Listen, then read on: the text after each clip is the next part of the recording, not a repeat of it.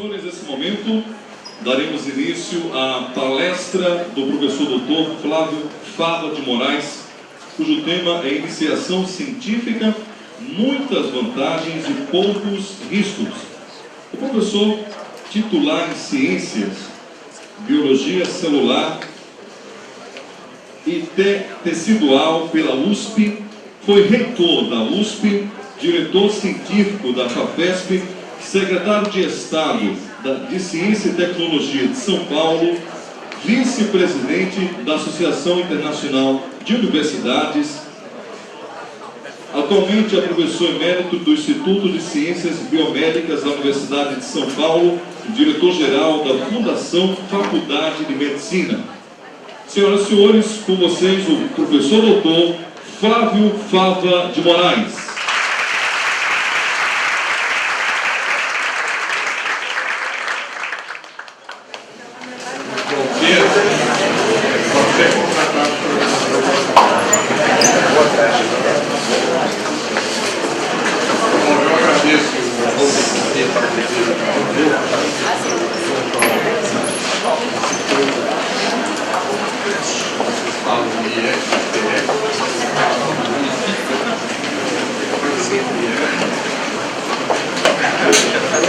Eu lamento muito que eu menos de 24 horas de computador, cheguei ontem à noite, depois de uma palestra na Boca de São Paulo. Eu lamento por não ver os trabalhos, porque sempre eu tenho um interesse muito grande de olhar os postos da apresentação da juventude. Mas, de qualquer forma, eu quero saudar o convite da pessoa da reitora, do professor Cecil, Paulo Cecil, e dentro da parte executiva, compunha a mesa, as questões operacionais e administrativas, eu saúdo no nome de todos o Márcio Renato, depois vem discutir o meu e-mail de São Paulo.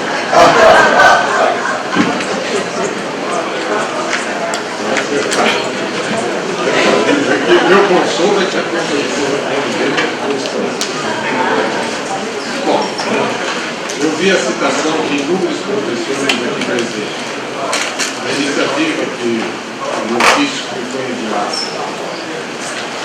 concentrava na temática que era uma palestra para jovens, muito científica. Da forma que eu tenho certeza que muitos professores que estão presentes já entendem o processo da iniciação científica em todas as suas vertentes.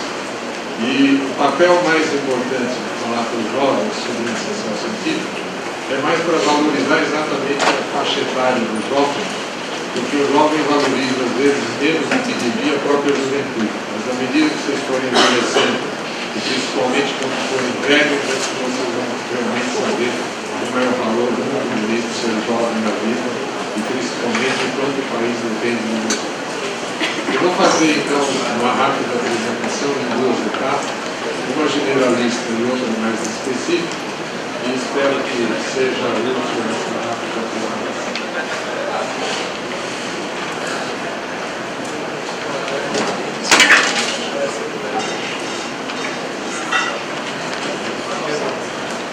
Será que precisa aumentar o valor? Então vamos aumentar a voz, né? Eu tenho uma preocupação que eu falei ao Márcio, quem está bem ao fundo, não sei se vocês conseguem acompanhar as telas projetadas, mas de qualquer forma vou fazer um esforço para mostrar. O termo universidade que está colocado aqui em cima é um termo genérico, porque ele vale para centros universitários, para universidades propriamente ditas, para faculdades isoladas, qualquer instituição de nível superior, ou qualquer instituição mesmo de nível técnico que seja vinculada a atividades de ensino. O que tem de importante nisso é que 3 últimos congressos que foram executados pela Unesco, onde eu tive o privilégio de ser vice-presidente da divisão de ensino superior por 9 anos, eu tinha um sacrifício, eu tinha que ir a cada ano 4 vezes a Paris. Era um sacrifício. Esses 3 congressos fizeram um sobre ensino superior, o outro sobre pesquisa, e o terceiro congresso foi sobre inovação. Os 3 congressos concentram nas suas conclusões finais uma única frase: nenhum país vai ter desenvolvimento socioeconômico se não tiver fundamentado no ensino em todos os seus níveis, fundamental, médio e superior.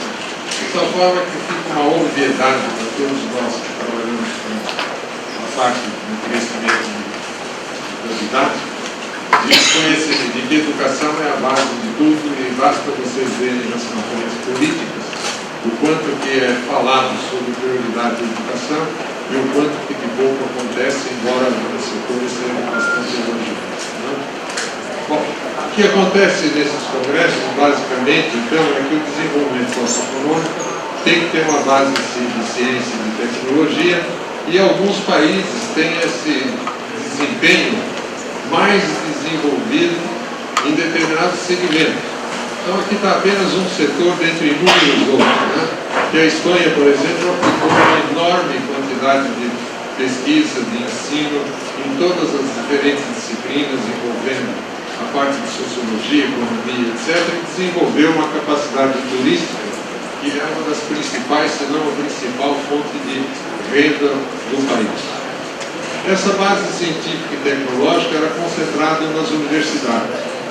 Depois passou a haver uma interação com o sistema empresarial.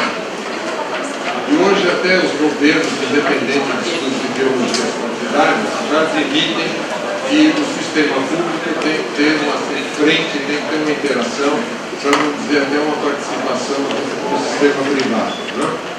Só que tem um fator importante: a universidade ou os centros de estudos não tem mais um monopólio de desenvolver conhecimento e de desenvolver pesquisa. Eles ainda constituem o principal centro de desenvolvimento do conhecimento, mas não são mais exclusivos. A prova é que tem até universidades que são corporativas. Então, vocês conhecem, por exemplo, a Microsoft tem uma universidade própria.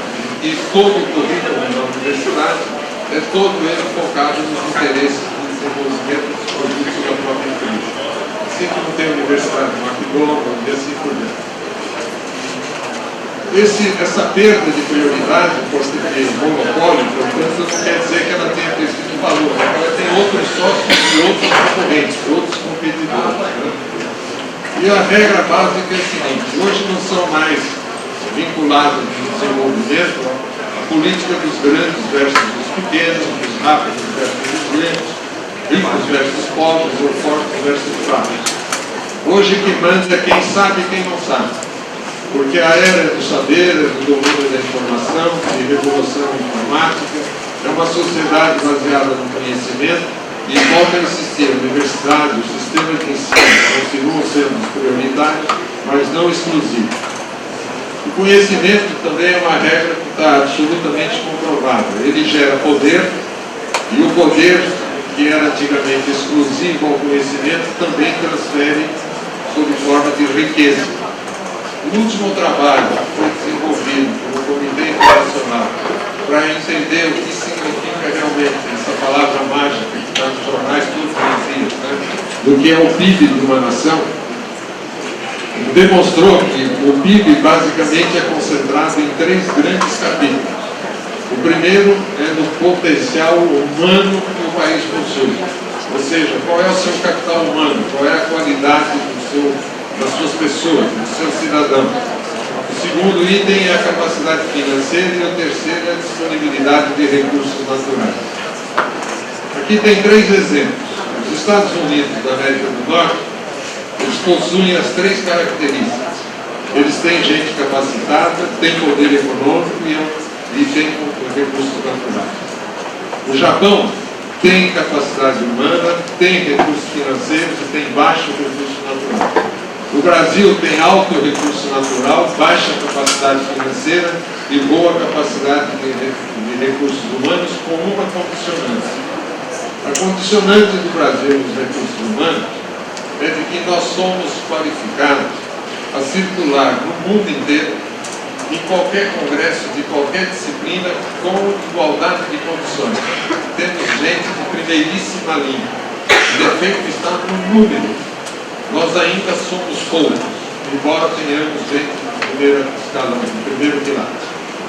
Tem certos setores de conhecimento no Brasil, se o responsável pela pesquisa ganhar na loteria, pedir demissão ou infelizmente morrer, ele desaparece junto com a área do conhecimento, porque não tem equipe, não tem quem substitua aquela área do saber se não se consolida.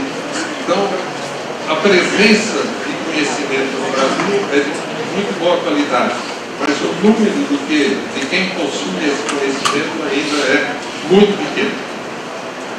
Pode passar a próxima. Quais são os condicionantes, então, favoráveis para que essas coisas aconteçam bem, né? Ou que se realmente desenvolvam? Em relação às instituições, elas precisam saber gerar conhecimento, que é fazer pesquisa. Elas precisam, aqui tem um erro no verbo, não é transferir, é transmitir. Se o conhecimento fosse transferido, eu queria que o Einstein tivesse transmitido. A gente tem que ter capacidade de transmitir o conhecimento através do ensino, da atividade, por extensão. Tem que socializar a sabedoria, socializar o saber. Temos que preservar o conhecimento, ter o acervo do que existe, temos que saber usá-lo, que no fundo é uma aplicação de tecnologia. Esses condicionantes que estão colocados aqui em 4 são os principais e, de certa forma, definem a qualidade de uma instituição. Pode fazer um mais do que o outro, não há nenhuma importância. O importante é que tenha ideia, noção e incorporação de 4 atividades aí citadas.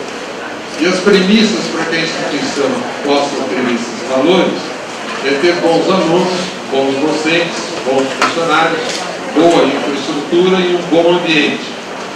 Por exemplo, boa infraestrutura. É uma absoluta covardia você exigir dos alunos ou dos professores que eles tenham um desempenho de expectativas burocráticas se a infraestrutura não lhes oferece condições de executar aquelas metas estabelecidas. Né? Então, a qualidade está sempre junto a valores, e qualidade e competência, né? Junto com valores é que definem também critérios de cidadania. As instituições, embora tenham condicionantes favoráveis, precisa sempre estar consciente de que algo não é, muitas vezes, capaz de ser resolvido, que é aquilo que internacionalmente é chamado de política do terço. As instituições, de modo geral, têm um terço de gente que muito trabalha, um terço de gente que não trabalha e um terço de gente que atrapalha. Então, basicamente, essa política dos terços, ela não é privilégio de um ou de outro lugar, ela geralmente está presente em todas as instituições, provavelmente não como terço, mas esses 3 tipos de capital humano existem nas instituições. E como é que se define a qualificação das pessoas? Primeiro, em função de que uma determinada área do saber depende de dados.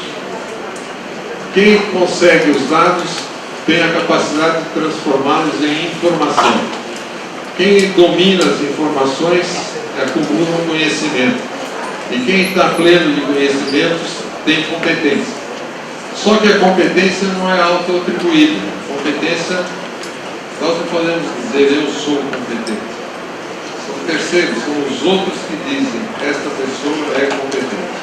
Da forma que os 3 primeiros capítulos dependem individualmente da mesma pessoa e a qualificação de ser ou não competente depende daquilo que você representa para os outros. Estas questões interferem diretamente na mudança de como se ensina. O exemplo mais recente é da Sociedade de Engenharia do Japão, que fez um estudo muito interessante e procurava saber como ensinar. E na engenharia isso é muito típico, os que estão aqui na área de engenharia vão entender perfeitamente esse resultado no começo, que foi da seguinte natureza.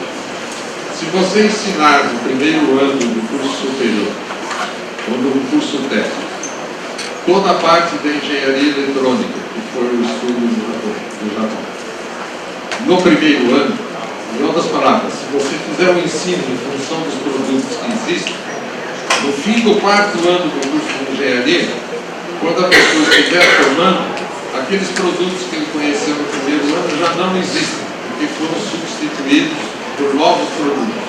E quem está na área de informática sabe que a velocidade dessas transformações é quase que inatingível, né? Então a pergunta é, como olhar para o lado externo, como a universidade tem que olhar para o contexto externo, para fazer com que o ensino não seja inócuo, não seja já retrógrado, ou não seja obsoleto na hora que o estudante está saindo do curso, está se graduando. O exemplo é muito simples, tem que ensinar e cobrar de forma bastante adequada aquilo que é considerado pelos docentes como o conhecimento absolutamente básico e essencial.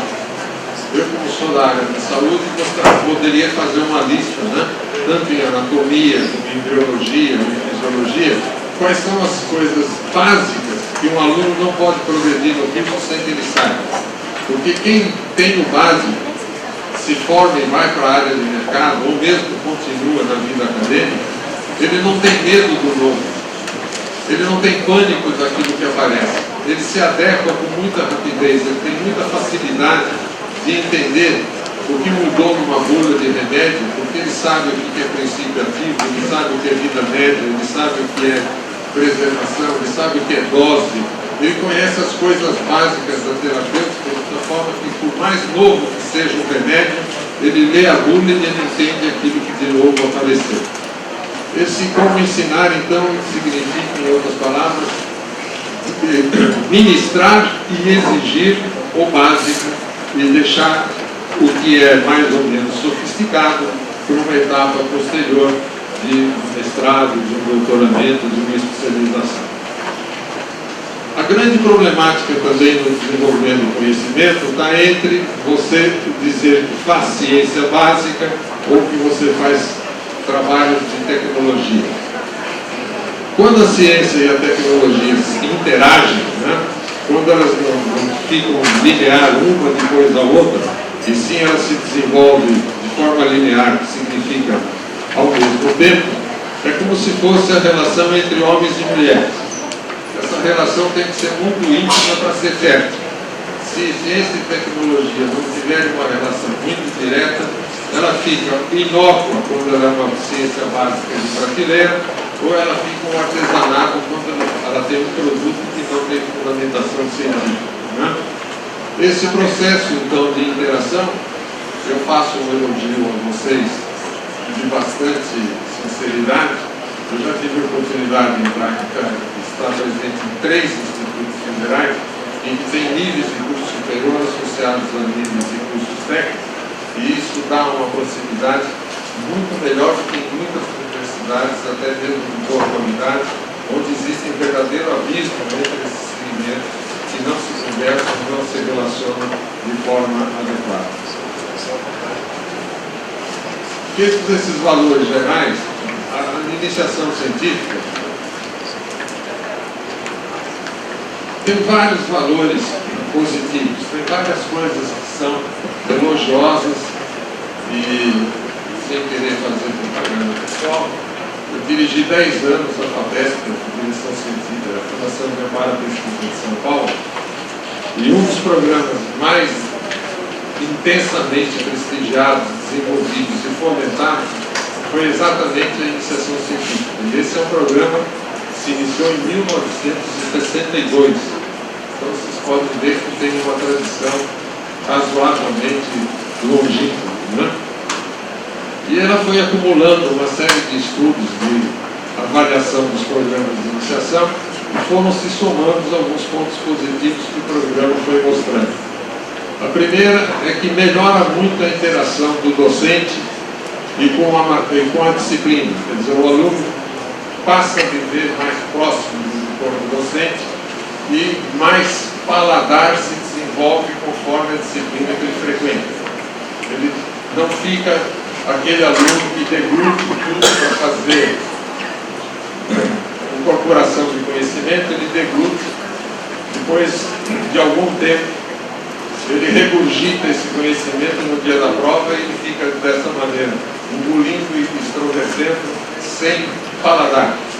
A prova que tem um grande pesquisador americano que diz que o aluno que tira nota 10 em tudo não é o melhor aluno, ao contrário, é o que tem menos sabor. Né?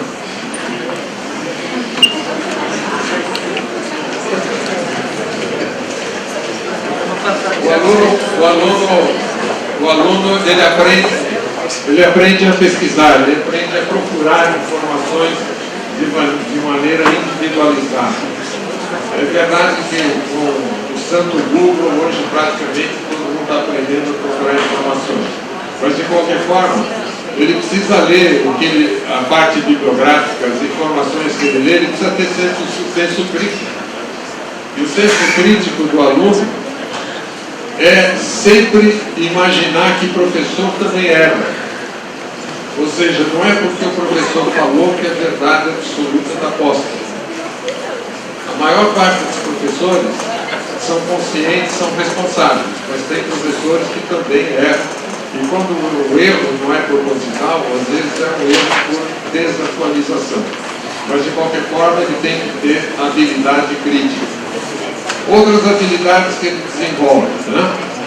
É a parte escrita, fazendo relatórios, é a parte oral, apresentando trabalhos e seminários, é no desenvolvimento dos avanços computacionais. Tem várias iniciações que desenvolvem atividades manuais, e eu deixei o idioma por último, mas é uma das mais importantes, porque vocês têm que possuir hoje, no mínimo em relação à língua inglesa, um conhecimento, um domínio da língua que não é literário, não é uma linguagem diplomática, é um inglês que a meninada costuma dizer que dá para quebrar o galho, né? Mas se faça entender, porque esse idioma, quer nós queiramos ou não queiramos, tornou-se o idioma imperial, né? Tornou-se o idioma. A prova da China está indicando revistas em inglês, a Alemanha está indicando revistas em inglês, e países árabes estão indicando revistas em inglês, e quer a gente goste ou não gosta, essa é a realidade que o mundo apresenta. Outra coisa que eu já comentei é que ele fica com um valor analítico mais desenvolvido e, portanto, ele não se apavora frente a fatos novos. Ele fica mais autônomo, ele se torna uma pessoa mais responsável e, principalmente, ele perde o esnobismo, perde o egocentrismo, ele fica um pouco mais humilde no desenvolvimento do conhecimento, porque ele sabe o quanto difícil é adquirir qualidade, quanto sacrifício tem que fazer para realmente se desenvolver e ser competitivo. E aqui eu chamo a atenção que essa humildade aqui não é corporal, não é um indivíduo que é indivíduo, não é um indivíduo que é muito educadinho, essa humildade não é de comportamento físico, essa humildade é valor intrínseco de caráter, é uma humildade interna, intestina, no sentido do seu próprio caráter. E a coisa mais importante desse desenvolvimento é que precisa saber perguntar, precisa saber procurar. Quem não sabe o que procura não enxerga o que encontra. Porque precisa ter uma posição, principalmente em pesquisa. O planejamento às vezes é mais importante do que o desenvolvimento da pesquisa. Porque se você planeja mal, raramente você vai ter um bom resultado. Embora com um bom planejamento, se não for bem desenvolvido, também poderá levar a um bom resultado. Mas uma má pergunta jamais dará bom resultado. Os alunos de iniciação científica são grandes fontes de acertos dos currículos. Eles funcionam como verdadeiros ouvidores, eles são termômetros da situação. A interação com o corpo docente, eles são capazes de dizer o que é chato, o que não aprende, o que é inútil, o que não representou nada, o que ele gostou, o que ele achou dentro das aulas e dos programas e das aulas que foram realmente, como eles dizem, muito legais. Né? Continuando com alguns pontos positivos, tem um trabalho feito na USP, subsidiado pela FAPESP na década de 90, que demonstrou com clareza que os alunos que vieram da iniciação científica para a pós-graduação não precisaram de reciclagem básica, fizeram a pós-graduação em menor tempo, tinham mais sentido de trabalhar em equipe e adquiriram também habilidades didáticas. A iniciação científica não é só para formar cientistas, não é só para formar pesquisadores, é para formar cidadãos. Agora, se nesse exercício de iniciação científica vocês forem para a carreira acadêmica, para a carreira científica, muito bom, é uma grande vantagem. Mas saibam que não é obrigação fazer iniciação científica para ser pesquisador, é para ter um outro tipo de valor adquirido durante a graduação. Muita gente se desabrocha quando tem chance de fazer a iniciação científica pelas oportunidades de poder fazer seminários, se apresentar, se é um iniciante científico mais veterano, de poder ensinar os que estão sendo calouros no processo, ele fica um pouco mais solto. Tem um outro trabalho feito pelo Niels Bohr, que eu vou mostrar no fim, demonstrando que o maior sucesso dos cientistas do mundo inteiro, feito no mundo inteiro como expressão, porque foi feito em países mais desenvolvidos, apenas de que quanto mais cedo a pessoa fez iniciação científica, mais notória ela tende a ser no futuro da sua carreira. Ou seja, o sucesso se obtém mais à frente quanto mais jovem começou a fazer. Ele é importante no currículo do estudante no sentido de pleitear empregos, ele tem mais aprovação em concursos públicos, ele atualiza e aprende mais rápido, ele supera etapas, ele tem ideias inovadoras. Fernando, aqui eu estava citando agora no Niels Bohr, tem um depoimento de 6 a 7 prêmios Nobel que disseram que os prêmios que eles ganharam em função dos trabalhos que foram valorizados, a grande maioria tinha estudantes de pós-graduação vinculados no trabalho, e uma grande maioria desses trabalhos foram ideias oriundas dos estudantes de pós-graduação. Muitos estudantes precisam de um auxílio financeiro, porque esse auxílio que eles recebem poupam às vezes recursos da família, e há raros exemplos inversos, de que até mesmo o pouco que a Bolsa de Iniciação Científica oferece ao estudante, muitos desses estudantes dão alguma fração de apoio à família, no sentido reverso, e não da família para eles. E finalmente ele tem um crescimento pessoal e intelectual, principalmente no enfrentamento das diversidades. Os meios acadêmicos, universitários, centros universitários, institutos como o de vocês, são os melhores locais de interação, principalmente no Brasil, que tem o privilégio de ter ensino gratuito, as universidades federais e estaduais e dos institutos federais que não cobram por esse ensino. Eles absorvem de uma forma que evoluiu bastante, embora ainda não perfeita, diferentes religiões, diferentes raças, etnias, gêneros e culturas, e com isso eles convivem, interagem de uma forma muito positiva para entender melhor o que é conviver com diversidades do que ficar segregados em ambientes estritamente elitizantes. Então a iniciação científica não é um fato episódico, não é uma coisa que tem instantaneidade, ela pode desenvolver vocações, ela é somatória, ela é cumulativa, ela cria tradição de forma lenta, torna as pessoas maturas, tem que vincular qualidade com quantidade. Aqui está certo. E ela é transmitida, mas não transferida. Depende, portanto, de formar recursos humanos continuadamente. Isso precisa depender da boa infraestrutura do local e precisa haver financiamento regular na instituição. Não adianta ter sonho de que fazer pesquisa é uma coisa que não custa dinheiro. Fazer pesquisa precisa de financiamento e é caro. E quanto mais se desenvolve o sistema de conhecimento, mais caro ela fica. pela incorporação de tecnologia. Basta vocês olharem na área de medicina, o que significa incorporar, né? Ressonância magnética, tomografia, PET scan, todos esses equipamentos de tecnologia avançada, isso tem custo, né? Precisa então de financiamento. E a mesma coisa acontece na área das engenharias, das agrárias, em qualquer setor do conhecimento. A área de laboratório básico, sou professor de histologia e biologia celular. Se você faz uma comparação sobre quanto custam os insumos, por exemplo, a pureza dos enzimas, né? Você comprava DNAs, por exemplo, há 20 anos, e quanto custa hoje, o processo de purificação desses insumos faz com que o custo também cada vez seja maior e ela fica mais cara. Mas finalizando, a iniciação científica tem riscos.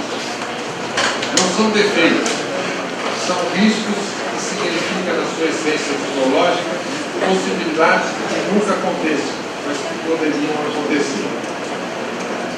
Portanto, é um pequeno número que se relata na literatura.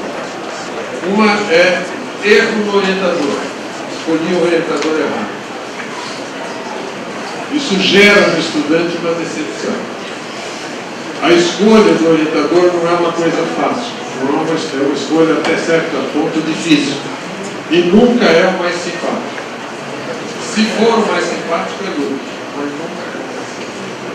Eu, por exemplo, conheço um orientador que orientava pessoas de iniciação científica, os resultados eram sempre pífios, mas ele era muito simpático porque ele dava churrasco para toda a turma que se formava naquele ano. O grande erro que pode ocorrer é o sistema docente utilizar o estudante como mão de obra, como se fosse um funcionário dele, né? Olha, vai pagar essa conta do banco para mim, né? Graxa no salário.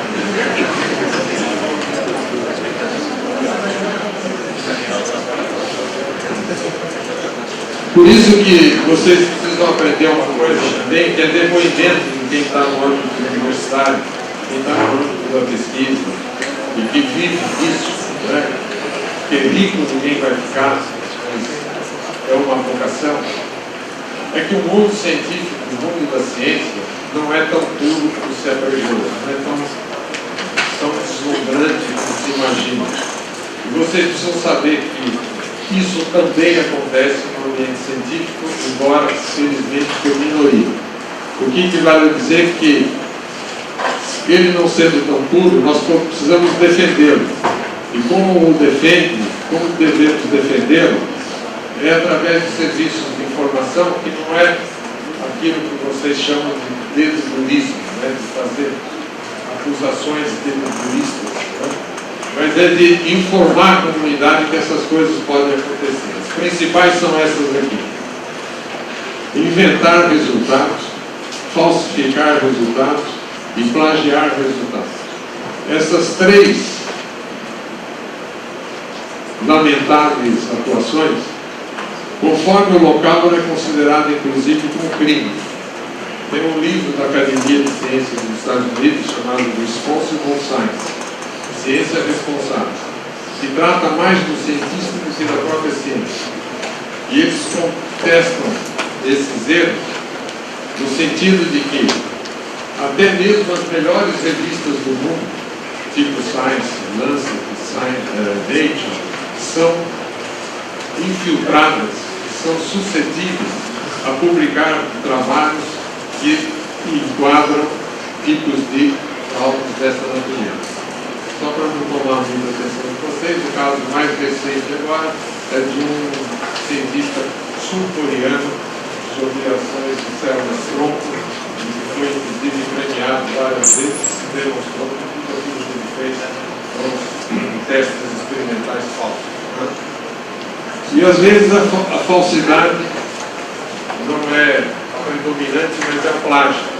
E hoje, não sei se o Instituto aqui já possui, se não possuir, não iria possuir, já existem softwares, né? E você compra esses softwares e eles conseguem varrer textos para saber se tem plágio ou não naquele trabalho apresentado. Isso é muito frequente, principalmente em teses de mestrado, em relatórios de fim de curso, em que esses softwares apontam que os estudantes mais espertos plagiaram coisas de outros autores para fazer o seu trabalho ser aprovado com facilidade. Um outro conjunto de riscos não são de crime, não são criminosos, mas são considerados de má conduta. Quando você tem um estudante que trabalha no trabalho, participa de um trabalho, né, e na hora de dominar a autoria dos trabalhos, ou a colocação dos autores, a ordem dos autores, ou o pesquisador não põe o nome do estudante, ou o estudante fez tudo e é posto numa posição que não corresponde adequadamente à sua participação ativa no trabalho. A outra está submetida à chamada técnica do salame, ou salame science. Vocês sabem o que é técnica?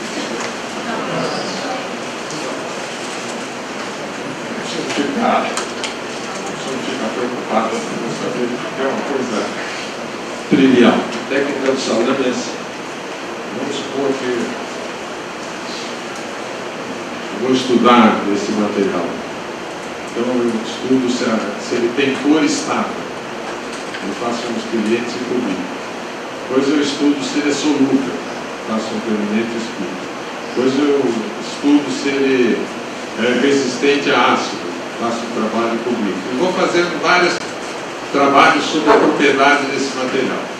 E no último trabalho eu falo assim, eu vou estudar a suscetibilidade biológica desse material e provo que ele é cancerígeno. Então tudo que eu fiz para trás ficou sem significado nenhum, porque não adianta ele ter estabilidade de cor, ser resistente a isso, aquilo, porque se eu usar eu vou induzir a pessoa a ter câncer. Então a técnica do salame é quando você tem um projeto de pesquisa e no fundo seria pegar esse material e estudar as várias coisas ao mesmo tempo.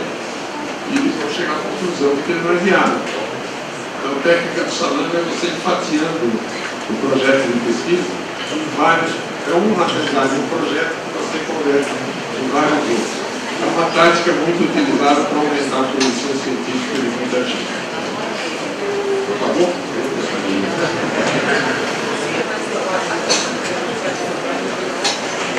O outro uma conduta é chamada clube das citações. Né?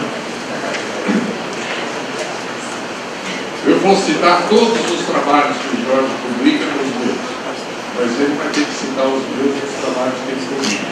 Ele faz uma panelinha de citações. Panelinhas do convite. O Márcio me convidou para ir para vir na Caruaru, agora convidei para ir para São Paulo. Só que eu vou convidar o meu charado, claro. Do jeito que ele disse que trabalhou, ele merece ser alguém, entendeu?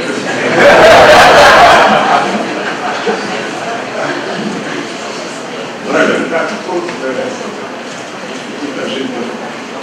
Bom, republicar resultados. Tem gente que fez um trabalho, maquia o título, maquia a apresentação, mas no fundo o trabalho é o mesmo. Muito elogio, no sentido de você passa a elogiar uma pessoa por mero proselitismo e não por verdadeiro mérito. Questões de assédio moral ou sexual e trabalho de sustentabilidade. Né? Você não comprometeu o ambiente com erros de sustentabilidade, de limpeza, de higiene, de gás, de tóxicos, tantas coisas que a sustentabilidade exige. E essa aqui é a frase que eu estava citando no início. A iniciação científica tem um princípio que é absolutamente fundamental, que é o seguinte: não sejam passivos. O estudante que tem a graduação para enfrentar e que na paralela faz a iniciação científica, ele não pode ser passivo, ele tem que ser ativo. Ativo não quer dizer ser imperdível, né? Ativo quer dizer estar sempre envolvido em alguma coisa. E aí o Niels Bohr fez essa frase ficou famosa, né? Eu nunca aprendi nada com quem só concorda comigo. Porque se todo mundo concorda com o que você fala, você realmente não evolui, você não aprende. Então tem que ser ativo, tem que ser questionador no bom sentido. Bastante inovador no bom sentido. E eu finalizo com uma frase, um verso que é atribuído ao Enfio, que já faleceu há uns anos, e que é muito próprio para ser transferido aos estudantes, nessa perspectiva de estudo. Ele disse o seguinte: na vida, quando você consegue um sucesso, quando você consegue uma vitória, é como se você colhesse um fruto. Mas se você não tiver fruto, você admire a beleza das flores. Se você não tiver flor, você admire a sombra das folhas. E se você não tiver folhas, você respeita as intenções da semente. É muito bonito e seja feliz.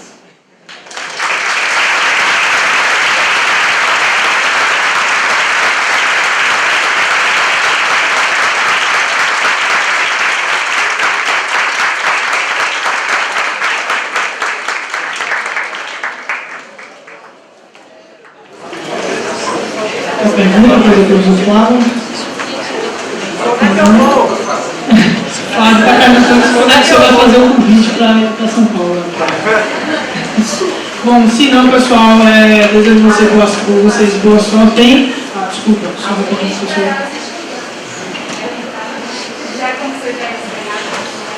Bom dia a todas as pessoas. Meu nome é Lisonete, sou acolhida em Lisboa, do IFPE Campus Recife, em colaboração técnica, né? Sou do IFPE Baiano, por enquanto.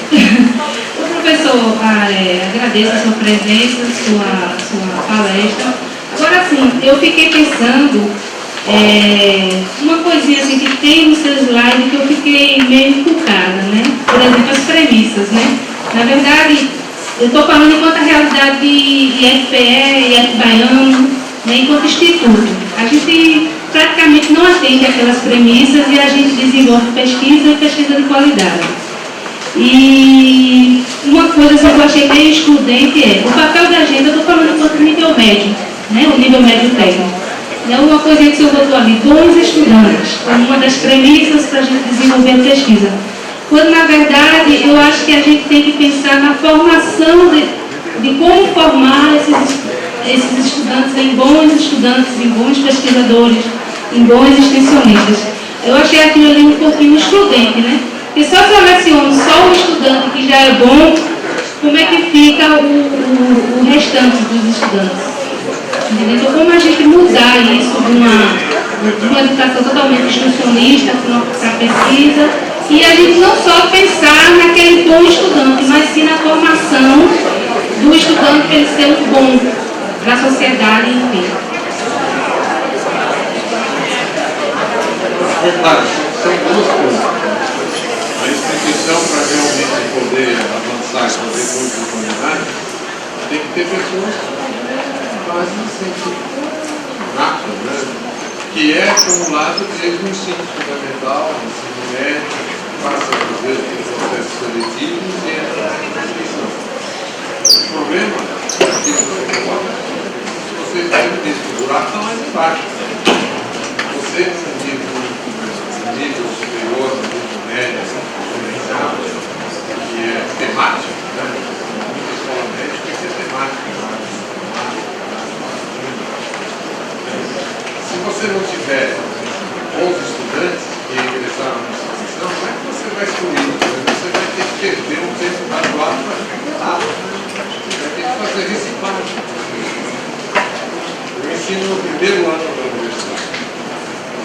Às vezes eu me pergunto, no processo seletivo, o VEST, que é o vestibular da USP, tem 170 mil inscritos, tem 10 mil vagas.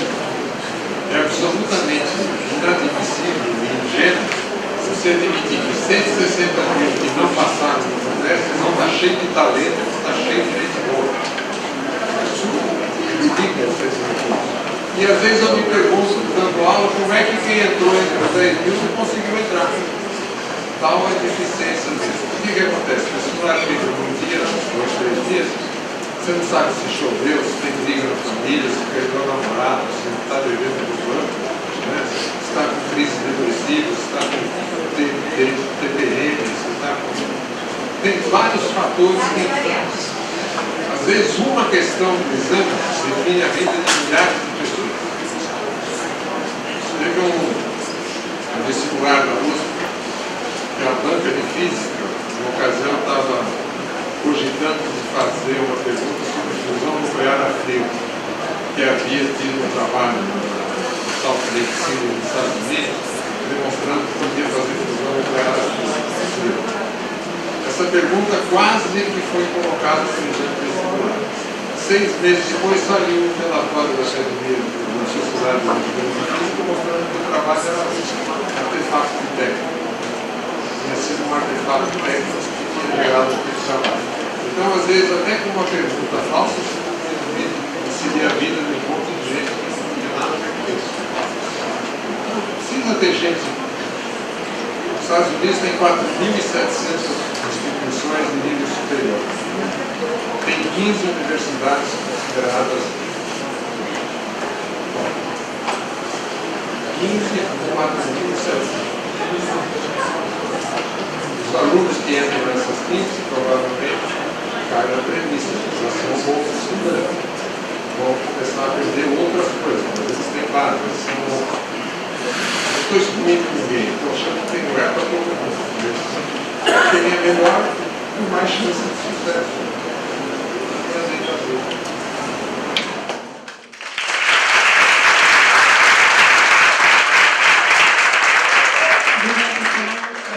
A gente encerra a cerimônia com essa palestra de abertura. Obrigado por sua palavra. Até mais, pessoal.